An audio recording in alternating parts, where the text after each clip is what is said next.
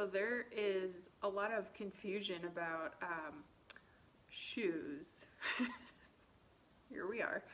And I get it. It's like super confusing and overwhelming when you don't know anything about it and you just put on what you like, what looks good. And that's like totally understandable.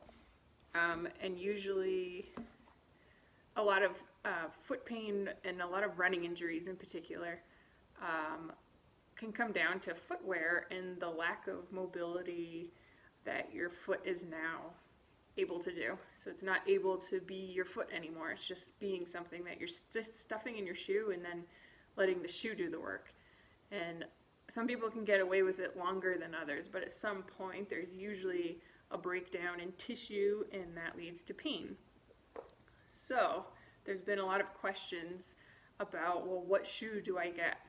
And that's never an answer that I can just give you. There are so many options out there, but the biggest thing to think about is just getting away from your standard shoe. Unfortunately, sorry, Brooks, Saucony, Nike, Asics, all of them, they have a huge heel to toe drop. And I've kind of gotten into this before, but what that means is from your toe to your heel, there's a difference. There's a huge difference actually, and it might seem really small, but it's actually really big when you think about like anatomy. And if you were to change any other appendage, which is like, it's hard to picture because there's no other weight-bearing appendage really, unless you're walking on your hands. But we're changing our anatomy when we do that. So I think this was actually minimal. This is only like a 4mm heel drop, but a typical Nike, this is an 8mm, and that's pretty normal, and they go all the way up to like 12, maybe even more.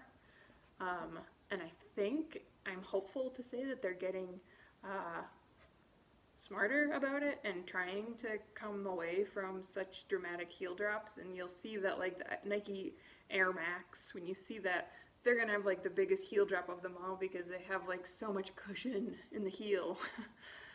And that sounds really awesome. It sounds great. Like, why wouldn't I want more cushion? More cushion has to be better. But what happens is you're just taking away your foot's ability to adapt to the ground.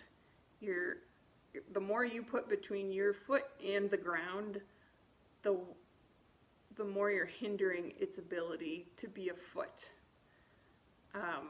And it feels great when you put it on. It feels like you're standing on a pillow, and that's really awesome.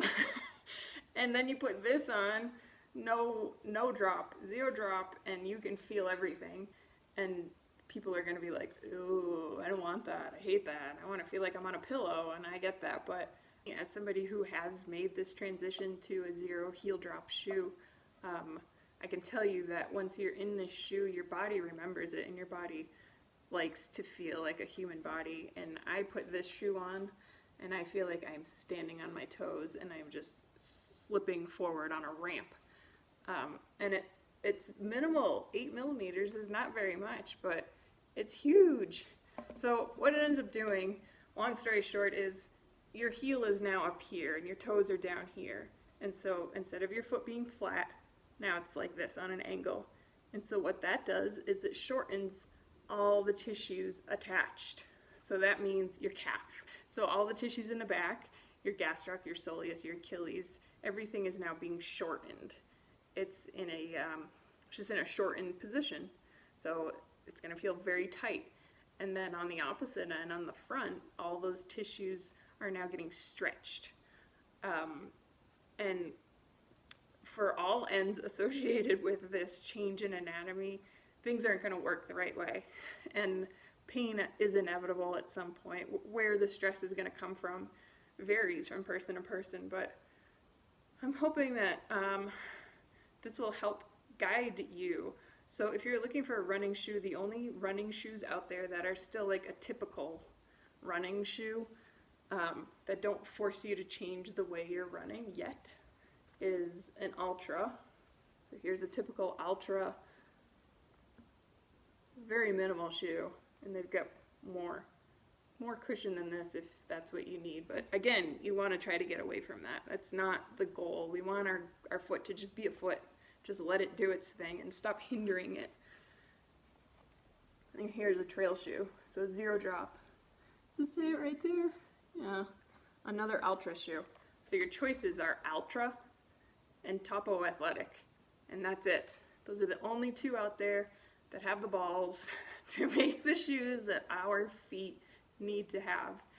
And then there's a whole line of minimal shoes like a Vivo Barefoot, and this is what I run in.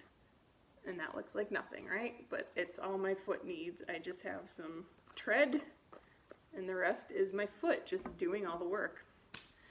So I hope this helps explain some things. If you have any more questions about shoes and what should you be doing with your feet, please reach out to me, because I love to help and I love to talk about shoes, and there's so many options out there, but you got to know that it's going to take time and it's going to take effort, and it's not going to be easy. There's going to be challenges, there's going to be new injuries, but you got a long life ahead of you, so if it's something that means something to you, then it's definitely worth it, I think. Cool.